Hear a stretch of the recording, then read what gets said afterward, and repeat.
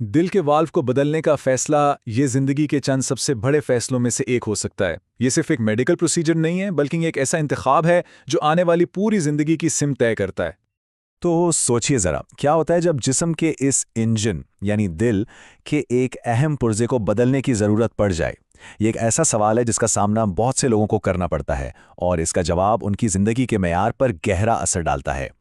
अच्छा, तो आइए सीधा मसले की जड़ तक चलते हैं। वैसे तो दिल में कई वाल्व्स होते हैं, लेकिन एओर्टिक और माइट्रल वाल्व्स यही वो दो हैं जिन्हें अक्सर बदलने की नौबत आती है। और ये फैसला सिर्फ सर्जरी वाले दिन के लिए नहीं होता। इसका ताल्लुक इस बात से है कि आने वाला हर दिन कैसा होगा, कौन से नए मामूलात अपनाने होंगे, कौन सी नई जिम्मेदारियां निभानी होंगी। यहां से समझें, कहानी में दो रास्ते निकलते हैं। मरीज और डॉक्टर को मिलकर दो बिल्कुल मुख्तलिफ किस्म के मसनूई वाल्व्स में से किसी एक को चुनना होता है। इन दोनों ऑप्शंस के बीच एक बुनियादी सौदा है। एक तरफ है बायोलॉजिकल वाल्व, ये जिस्म के साथ ज्यादा कुदरती तरीके से घुल मिल जाता है, लेकिन इसकी एक उम्र होती है। दूसरी तरफ है मैकेनिकल वाल्व, जिसे बनाया ही हमेशा चलने के लिए गया है, लेकिन इसके लिए जिंदगी भर की देखभाल और पाबंदी चाहिए।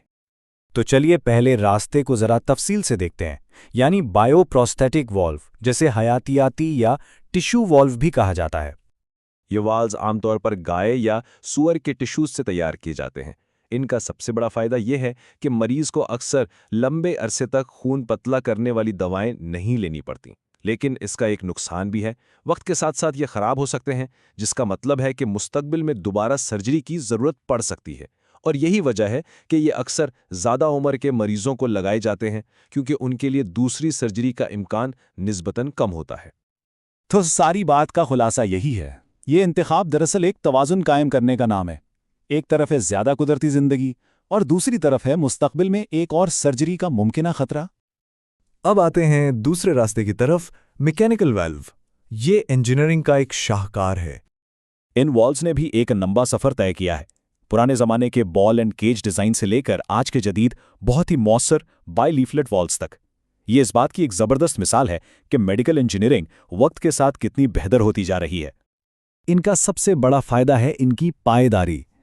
इनके नाकाम होने का चांस बहुत ही कम होता है, लेकिन हर चीज़ की एक कीमत होती है। इसका सबसे बड़ा नुकसान है खून के लोथड़े बनने का खतरा, जिसे थ्रोम्बोसिस कहते हैं। और इसी एक वजह से मरीज को जिंदगी भर खून पतला करने वाली दवाएं खानी पड़ती हैं। और ये एक बहुत ही दिलचस्प हकीकत है। ये वाल्व्स इतने मजबूत होते हैं कि कभी-कभी जब ये खुलते और बंद होते हैं तो उनकी हल्की सी क्लिक की आवाज़ जिस्म के बाहर भी सुनाई देती है। ये एक मुस्तकिल याद दहानी है कि टेक्नोलॉजी किस तरह दिल को चलाए रखती है। तो ठीक है, फैसला तो हो गया, लेकिन इसके बाद की जिंदगी कैसी होती है? आइए देखते हैं कि रोजमर्रा की जिंदगी पर इन दोनों फैसलों के क्या असरात पड़ते हैं। ये चार्ट इन दोनों के फर्क को बिल्कुल साफ साफ दिखाता है। बायोलॉजिकल वॉल्व के साथ हो सकता है शुरू के कुछ महीने खून पतला करने वाली दवा जैसे वॉरफ्रिन लेनी पड़े, लेकिन मैकेनिकल वॉल्व के साथ ये एक जिंदगी भर का साथ है। सिर्फ यही नहीं, मैकेनिकल वॉल्व वाले मरीजों को अपना INR लेवल भी मुसलसल चेक करवाना पड़ता है, जो इस बात का पैमाना है कि खून कितनी जल्दी जमता है। अब ये INR क्या चीज़ है? आसान लफ्ज़ों में समझें तो ये एक खून का टेस्ट है जो बताता है कि खून को जमने में कितना वक्त लग रहा है। मैकेनिकल वाल्व वाले मरीजों के लिए ये एक बहुत ही नाजुक तवाज़ुन है। INR को इतना कम रखना है कि खून के लोथड़े न बने, लेकिन इतना ज़्यादा भी नहीं होने देना कि मामूली चोट से भी बहुत ज़्यादा खून बहने का खतरा पैदा हो जाए। तो इस पूरी गुफ्तगू का खुलासा इन 3 मराहल में किया जा सकता है। पहला मरहला, दिल का एक वाल्व नाकाम हो जाता है। दूसरा मरहला, बायोलॉजिकल या मैकेनिकल में से एक का इंतखाब होता है।